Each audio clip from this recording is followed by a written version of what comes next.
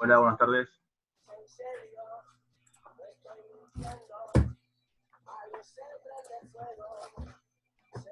No llenaste ninguna jarra. Uy, ahí te la llevo. Buenas tardes, profe. Hola, buenas tardes, ¿cómo andan?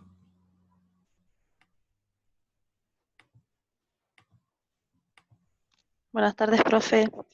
Hola, muy buenas tardes, Lenny. Buenas tardes, profe.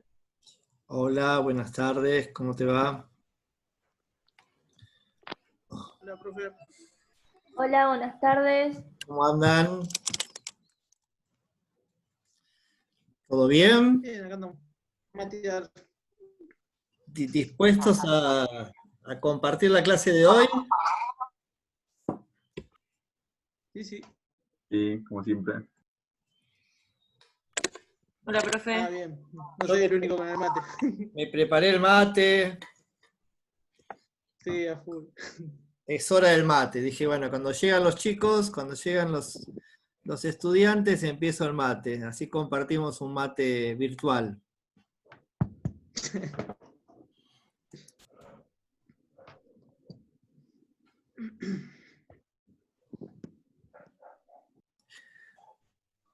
Bueno, recién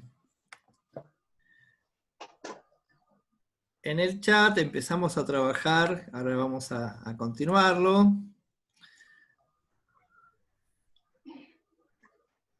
Empezamos con una pregunta, ¿no? ¿Por qué el título de ese capítulo? El imperio del orden. Así que ahora vamos a volver sobre eso. Bueno, la semana pasada habíamos dejado una consigna, ¿no? Así mientras que esperábamos a los compañeros, íbamos a hacer algo. ¿Qué era lo que íbamos a hacer? Buscar noticias. Muy en el bien. diario de la semana. Buscar noticias de la semana que tengan que ver y estén referidas a la educación. Así este tiempo no se convertía en un tiempo perdido, ¿no? Y un buen educador tiene que tener la cabeza clara, una mirada crítica. ¿Qué significa una mirada crítica? Una mirada que nos permita preguntar sobre lo que observamos, sobre lo que nos viene a los ojos, y al mismo tiempo ser inquietos y tener los pies en la tierra, ¿no? De nada nos sirve tener mucha cabeza, mucha mirada, si no tenemos los pies en la tierra. Entonces, bueno, a ver, ¿quién quiere compartir algo? La uno no se peleen, ¿eh? Que tengo pocos alumnos y no los quiero perder.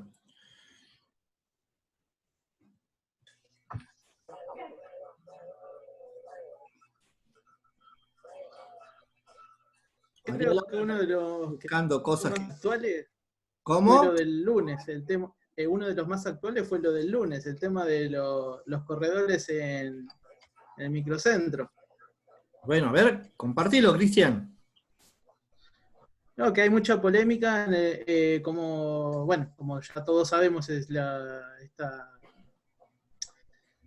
este virus, nadie lo conoce, nadie sabe cómo realmente se transmite. Entonces están los que dicen que sí, que corriendo se agitan mucho, pueden expandir más el virus.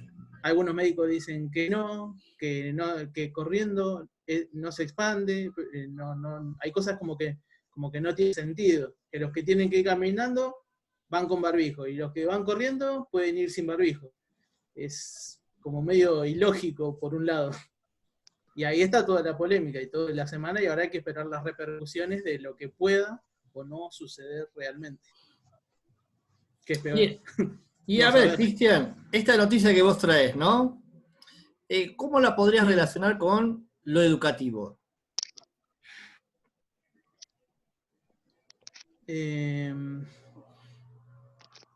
¿Cómo relacionarlo? A ver si los compañeros también pueden ayudar. Acá Cristian rompió, ¿sí? Esta El situación, Y el hielo que nadie principalmente quiere creo que romper, ¿no? No me salía la situación, iba a Buenas decir. tardes, profe. ¿Qué tal, Andrea? Bueno, Dice, esa noticia fue una noticia que dividió a los profesionales de la salud y nos dividió a la sociedad. Entonces la pregunta es, mientras que siguen entrando, bueno, ¿cómo la convertimos en educativa?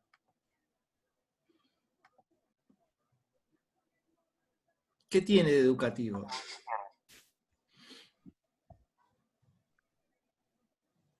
¿Cuál fue la noticia? No escuché yo.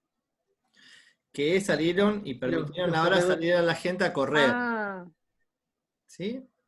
Entonces decía Cristian que, bueno, está dividido la mirada, que algunos dicen que eso no afecta, pero que otros siguen usando barbijo y van caminando, podemos agregar el distanciamiento social, etcétera, etcétera. Bueno, a ver, ¿cómo lo convertimos en esto en un hecho educativo?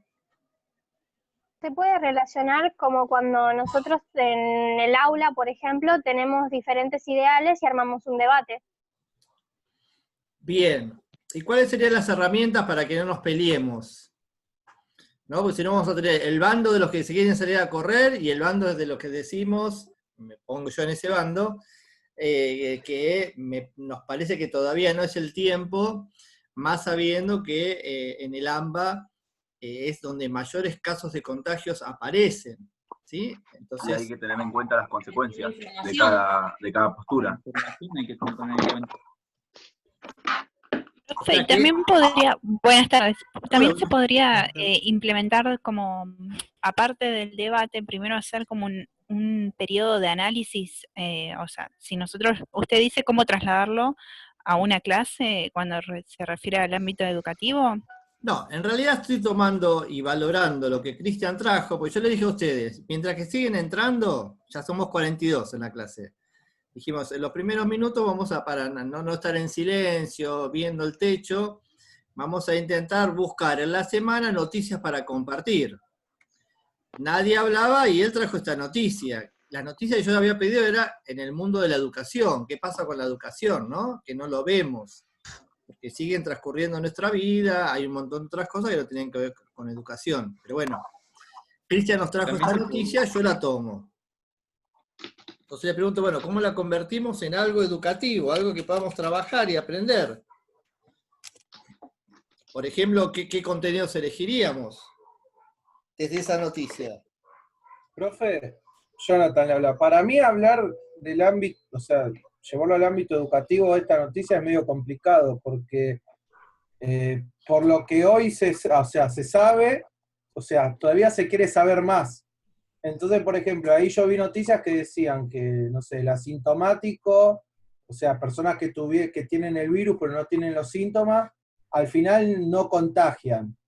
Y hay algunos que sí, hay algunos que no, y me parece que esto no es una postura de pensar si contagia o no. O sea, para algo hay gente que investiga, que se capacita y que trata de averiguar. Por eso lo del tema de la gente que salió a correr es un tema de una decisión muy propia y bueno, ojalá que no traiga consecuencias para los demás o para los que se rodean. Pero por eso capaz que para mí es un poco difícil porque no son cuestiones a mí, mirá, me parece tal cosa, o cuando uno puede llegar a hablar de política. Bueno, uno puede estar más a favor de una corriente o de otra, puede dar los motivos del por qué. Pero me parece que con el tema de lo que sea la salud de las personas y de todo y lo que estamos viviendo, como este tema puntual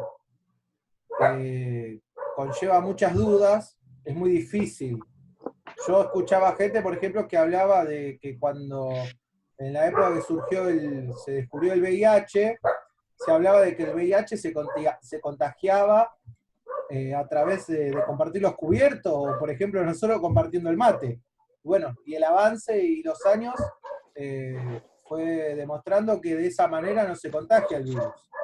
Entonces por eso es como que es medio, desde mi punto de vista, medio complicado. Bueno, yo les voy a dejar algo para la próxima clase a partir de lo que trajo Cristian. Gracias, Jonathan. ¿Sí, Camila? no, está bien, hable. No, Tengo una noticia después. Bueno, yo pondría, como para trabajar desde lo educativo, tomaría la noticia y tomaría 4 temas. ¿Sí? El tema de la libertad, porque cada uno toma decisiones, en relación a las normas o reglas que tienen una sociedad, una familia, y a esto le pondría el tema de la sociedad, ¿sí? Como vivir en sociedad, que tiene que ver con las reglas y que tiene que ver con la libertad individual, y consecuencia de los actos humanos. Fíjense que sin tener una mirada educativa, la noticia que trajo Cristian, tenemos algunos temas que atraviesan la noticia. Yo hago lo que a mí me venga en gana, porque hace muchos días que estoy encerrado, ahí se pone en juego la libertad. Otro dice, no, yo tengo ganas de salir, pero pongo como bien supremo en mi salud. Otro dice, también hay que priorizar el respeto hacia los otros que también están haciendo la cuarentena, a tener uno la responsabilidad también. por eso, o sea, fíjense, ¿no? Ese es un ejercicio. Vamos a escuchar a Camila y empezamos la clase de hoy. Que me parece importante que tengamos esta mirada, por eso los mando a recoger noticias que tengan que ver con educación, para poder empezar a caminar en donde no quede solamente en el discurso y en la teoría lo que podamos ver, sino que nos ayuda a pensar la realidad. Como educadores es lo primero que tenemos que hacer. Y sobre todo, nuestra tarea es fundamentar nuestro posicionamiento desde la racionalidad. O sea, nada, a mí me parece, yo creo, ¿no? Uno como educador debe, si bien puede estar en un posicionamiento, lo que tenemos que hacer es intentar ser críticos, o sea, animarnos a preguntar y responder y construir, porque es una construcción la respuesta que podemos obtener desde la razón. Camila. Sí, profe. Yo estuve investigando y vi una noticia de ahora del 9 de junio de la provincia de Córdoba, que dijo el ministro de Educación que supuestamente comenzaría en agosto, con protocolos y demás. Con protocolos que va a haber pocos alumnos en el aula, que van a tener que usar tapaboca, que los recreos van a ser escalonados, los traslados tienen que ser seguros, va a haber mucha higiene. Bien. Eso decía, más que nada. Bien, esa es la noticia de ahora. Noticia de ahora. Sí, bien. Sí. Eso fue el martes, 9 de julio fue martes. Bueno, esto también lo tenemos que pensar para nosotros, ¿no? Porque eso es el protocolo que empezó a hacer Córdoba para que se vuelva de nuevo al estado normal de clases. Que ya desde el vamos no va a ser normal, porque si va a ser escalonado, vamos a tener que ir por turnos al instituto, ¿no? Vamos a pasarlo nosotros por turnos, tendremos que ser bastante rigurosos, acá Comeño nos va a ayudar a poner orden desde las reglas básicas que tenemos que nos permitan dar clases y al mismo tiempo nos permita aprender. Así que sí, ya en educación se está hablando, ¿sí? De cuando volvemos a clase. Seguramente nosotros vamos a ser los últimos en volver. ¿A quién me refiero? Los últimos en volver. Lo que sea la universidad y los institutos superiores. Y al mismo tiempo hay un montón de cuestiones que tenemos que resolver, ¿no? El martes participaba de una reunión, en un conversatorio, ¿sí? Con distintos docentes que había convocado su tema, y hay 3 cosas que nos preocupan, y con eso cierro, que es de esta semana, que es, en primer lugar, cómo evaluamos en este tiempo de pandemia, ¿no? ¿Cómo hago yo para evaluar? Recién ustedes me decían en el chat, tenemos un simulacro o un parcial que tenemos que resolver en 1 hora, 3 ejercicios. Bueno, ¿cómo evaluamos en este tiempo? Porque la evaluación de procesos nos permite conocernos, verlos a ustedes en el aula y a partir de ahí tener algunas herramientas, una lista de cotejo, quiénes entregan, quiénes nos entregan, quién lee, quién no lee. Primer punto. El otro tema son las prácticas. Ustedes están en primer año, las prácticas docentes. recién comienzan, podemos visitar escuelas, conocer, investigar, pero sus compañeros que ya están terminando la carrera, que están en cuarto año, tienen que hacer la residencia, o sea, tienen que estar en las escuelas. Esto es los que hasta ahora veníamos trabajando. ¿Cómo hago ahora para evaluar a un residente que tiene y desarrolla las capacidades para poder llevar adelante una clase con autonomía? Bueno, esto es lo que estamos pensando ahora, es la noticia de esta semana en educación, cuáles son los protocolos que vamos a habilitar y necesitamos construir para volver a clase, cómo vamos a evaluar, porque no es lo mismo, yo les decía que en junio es el tiempo de parciales, casi todos los días parciales, ¿sí? De todo lo que se vea hasta el momento en el que se toma el parcial. Es presencial, es escrito, tiene la posibilidad de recuperatorio. ¿Cómo hacemos para entregar un parcial cuando en realidad no todos tienen conectividad? Por ejemplo. ¿Cuáles son los recursos que podemos utilizar? Bueno, todo esto tiene que ver con las noticias y con los acontecimientos de esta semana. Son cosas que son importantes. ¿Alguien acá? Ahí está. Bueno, vamos a empezar entonces con la clase de hoy, que la vamos a centrar en base al capítulo 2, y que el capítulo 2 tiene como título El Imperio del Orden. Me parece que esto del Imperio del Orden tiende a plantear en qué tiempo estamos hablando, y estamos poniendo a este pedagogo, que es el siglo XVII. Estamos hablando del 1600. Estamos hablando en el comienzo, ¿sí? En el asentamiento de la modernidad. Y decíamos, creo que la clase anterior, que estamos reemplazando algunas cosas.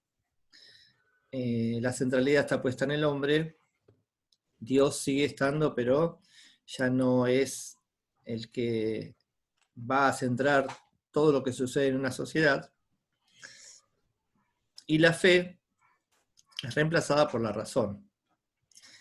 La razón que busca la verdad y al mismo tiempo organiza la realidad. Esto es lo que pensaban los modernos, ¿no? O sea, que la razón nos iba a permitir alcanzar objetivos que beneficien a todos los que vivimos en una sociedad, y que esto entonces nos permita distribuir esto que nosotros anhelamos, que es el tema de la felicidad.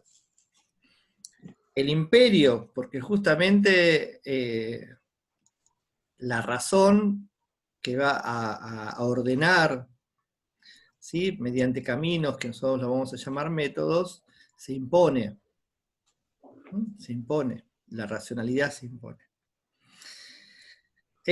Alguno podría llegar a decirme, bueno, profe, pero estamos viendo un pedagogo que hace un montón de siglos que ya no está.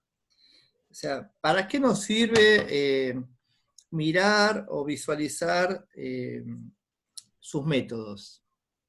No nos vamos a poner el acento en los métodos.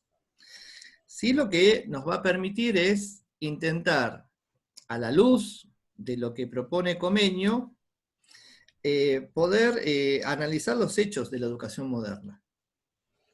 Porque si pudieron llegar a leer todo el capítulo, nos encontramos que la matriz de nuestro sistema educativo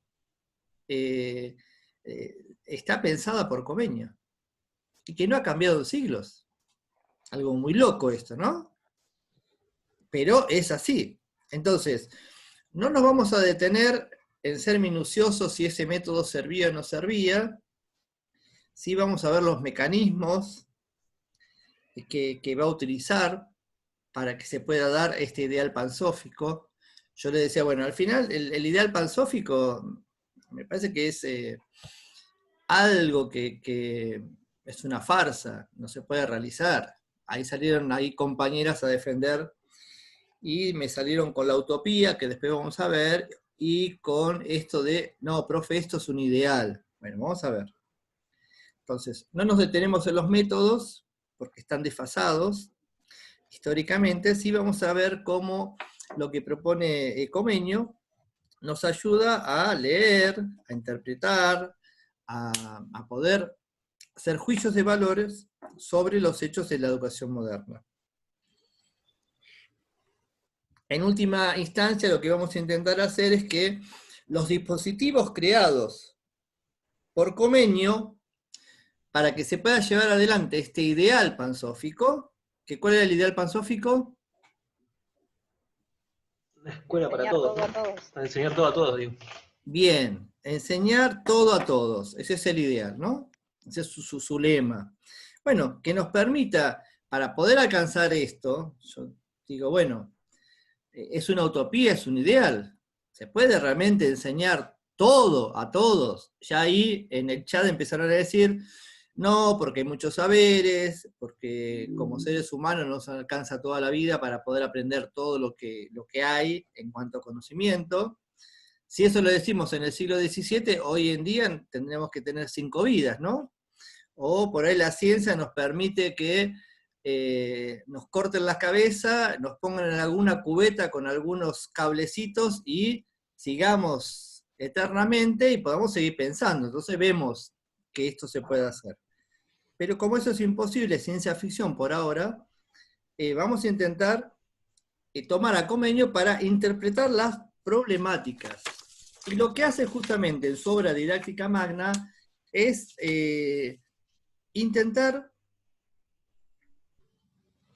presentar la organización o cómo llevar adelante, que era su gran preocupación, este ideal pansófico. La pregunta, si nosotros fuéramos contemporáneos de Comenio, es, che, ¿cómo lo vas a hacer esto? Porque está muy bueno, todos apoyamos que se pueda enseñar a todos. Yo adhiero a eso. Me parece que es un principio de justicia, que todos tengamos las mismas posibilidades. ¿Están de acuerdo con esto? Sí. Sí, en eso adherimos todos. En eso, o sea, es muy simpático Comenio. Porque ¿quién le va a decir que no? ¿Sí? Sí, trae un principio de justicia. Y por el otro lado, también habla del acceso al conocimiento, que es lo que nos podemos plantear hoy. En algún tiempo, no todos podíamos aprender todo. Estaba restringido, había algunas cosas que eran para algunos segmentos o sectores de la sociedad y otros no podíamos. ¿Sí? Lo mismo si queremos ver desde una división de géneros. Algunas cosas las podían aprender los varones, otras cosas las podían aprender las mujeres. No podemos todo, no podemos todo. ¿Cómo te va? Hola. Entonces, seguimos un poquito, vamos al punto que aparece en el capítulo 10 de la Didáctica Magna, que es uno de los libros, escribió muchos libros que vamos a trabajar para reflexionar esto. La pregunta, si están tomando nota, sería, ¿qué instrumentos nos permite enseñar todo a todos? O sea, lo que nos tendríamos que preguntar, porque ya dijimos que todos adherimos a lo que él propone como ideal pansófico, me parece que no hay. A ver, ¿hay alguien en la sala que está en contra de esto que propone? ¿Hay alguien? Que diga, no, eso yo estoy en contra por esto y por esto y por esto. Bueno, pareciera ser que no, o al menos no se animan a salir del rebaño y todos dicen sí, estamos de acuerdo. Entonces pasamos ya a la segunda. Por ahí estaría en contra algún político que no quiere gastar presupuesto en educación. Bien, acá María Laura, que es polémica, lo que nos trae y dice, bueno, ¿la educación qué? ¿Es gasto o es inversión? ¿No? Eso es lo que está diciendo María Laura en esta afirmación. En aquellos tiempos que por ahí no no estaba contemplado, sí creo que era un gasto. Hoy en día está contemplado dentro de un presupuesto de la educación, porque bueno, es obligatoria, pero en esos momentos era desembolsar un montón de dinero en estructuras y en un montón de cosas que no había. Bien, pero como ideal adherimos. Nosotros como queremos trabajar como pedagogos, nos interesa saber, bueno, para poder llevar eso adelante, ¿cómo lo hacemos? ¿Con qué instrumentos? Esa es la pregunta, ¿sí? ¿Cuáles son los instrumentos que nos permitirían enseñar todo a todos de la mejor manera posible? ¿Sí? Y entonces empiezo analizando que cuando se pregunta a todos, ¿quiénes son todos? Entonces podemos encontrar 3 categorías a la cual se dirige esta palabrita todos. La primera tiene que ver con, alguien me dijo, no me acuerdo quién, en el chat, que la educación era para todas las edades. Entonces, ese todo involucra a todas las edades.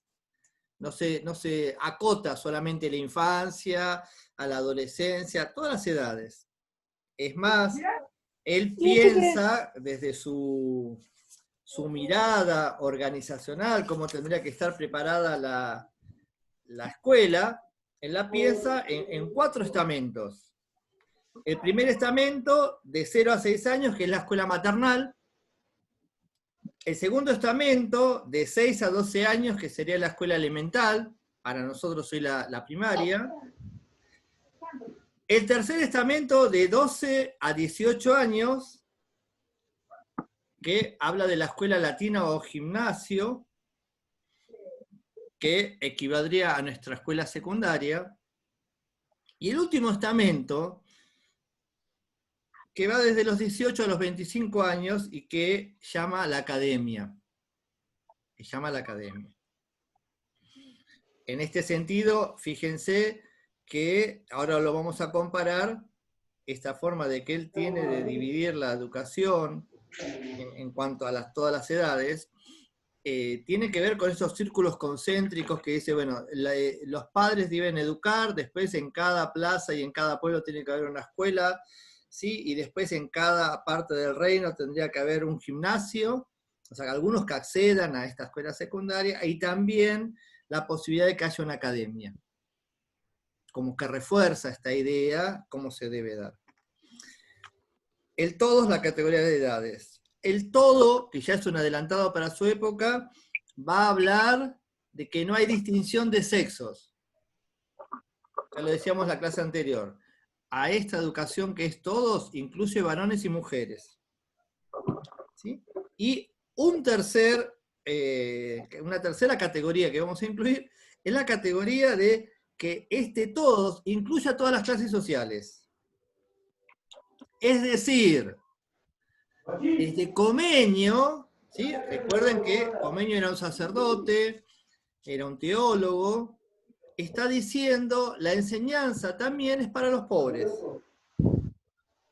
En todos tienen un lugar los pobres. Es decir, acá hay una semilla, porque todavía no podemos decir que Comenio es un defensor de la escuela pública que está destinada especialmente para los que están al borde de la sociedad. ¿Sí? La escuela pública está llamado para todos, pensados también en aquellos que han quedado al borde, al margen de la sociedad. Entonces, ese todos implica las edades, implica de sexo, me abrió la bendición. también un llamado a todas las clases sociales, y este llamado a todas las clases sociales nos está diciendo que hay un lugar también para aquellos que nunca habían accedido a la escuela, que son los pobres. Esto de que todas las clases sociales incluya al todos es revolucionario. Es revolucionario. Si uno puede ver cómo ha avanzado la historia de la educación en las diferentes partes del mundo. Y por el otro lado, el que hable de las distintas clases sociales que incluyen a ese todos, está trayendo en un momento en el cual se está constituyendo el Estado, justamente a una política. Alguien que va a marcar el que todos sea justamente sin distinción social. Y quien puede hacer eso es el Estado. ¿Sí? Por lo tanto, en todos, este lugar que se piensa, son las escuelas. ¿Sí? Donde justamente las escuelas tienen una finalidad. ¿Cuál es la finalidad? La finalidad es regular, normalizar lo que es la educación. ¿Sí? Por eso habla de esta sistematización en círculos concéntricos, ¿no? Él va a hablar de la escuela materna, la escuela pública, el gimnasio, la academia. ¿Sí? Piensen que desde la concepción de Comenio, para él la educación es un derecho de los padres. La educación recae en los padres. Pero ¿qué va a pasar? Dice, no todos los padres tienen las mismas posibilidades o cuentan con herramientas para poder educar bien a sus hijos. Todos tenemos el deseo, pero por ahí no todos sabemos hacerlo. Tener el deseo de querer educar a los hijos no significa que uno los pueda educar, pueda ejercer eso. Por lo tanto, algo que es natural, que se toma desde la naturaleza, el reconocimiento de que los padres son los primeros educadores, aparece que ante la imposibilidad, acá el texto habla ante la carencia, de que no todos pueden educar, va a aparecer el especialista, va a aparecer el maestro. Y el maestro aparece como un complemento a ese derecho natural que tienen los padres. Y que se va a delegar en los maestros, que son los especialistas, o sea, que tienen los recursos, ¿para qué? Para poder enseñar y para que los hijos aprendan. Frente a la carencia aparecen justamente los docentes. Aparecen los docentes y aparece este derecho de enseñar delegado a los docentes. Como algo complementario. ¿Sí? Fíjense que hay un elemento en esta relación que para poder delegar este derecho a la educación, ¿no? Que yo puedo educar a mis hijos, aparece una construcción. Así como en la modernidad aparece la construcción de niñez, que después lo vamos a ver en comparación a Rousseau, cómo ve la niñez Rousseau, cómo ve la niñez Comenio. Acá aparece algo interesante que es justamente que uno puede tomar este derecho que el padre delega, ya no enseñándole como un hijo, sino que aparece una nueva figura pedagógica que ese niño que es escolarizado para que pueda aprender y pueda alcanzar el ideal pansófico, se convierte, aparece acá una nueva figura. ¿Cuál es la nueva figura que aparece en relación al maestro que enseña?